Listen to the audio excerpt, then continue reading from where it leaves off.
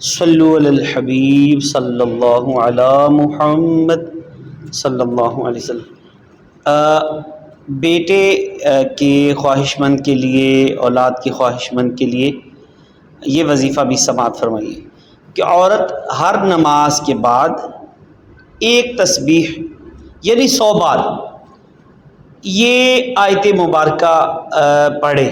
کون سی؟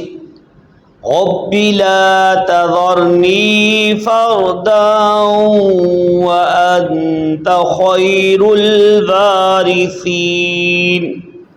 یہ پارہ نمبر 17 ہے سورۃ الانبیاء کی، آیت نمبر 89، 99 نمبر آیت مبارکہ ہے۔ انشاءاللہ یہ پڑھیں گے تو انشاءاللہ عز و جل بیٹے کی نعمت بھی ملے گی۔ صلو علی الحبیب صلی اللہ علی محمد۔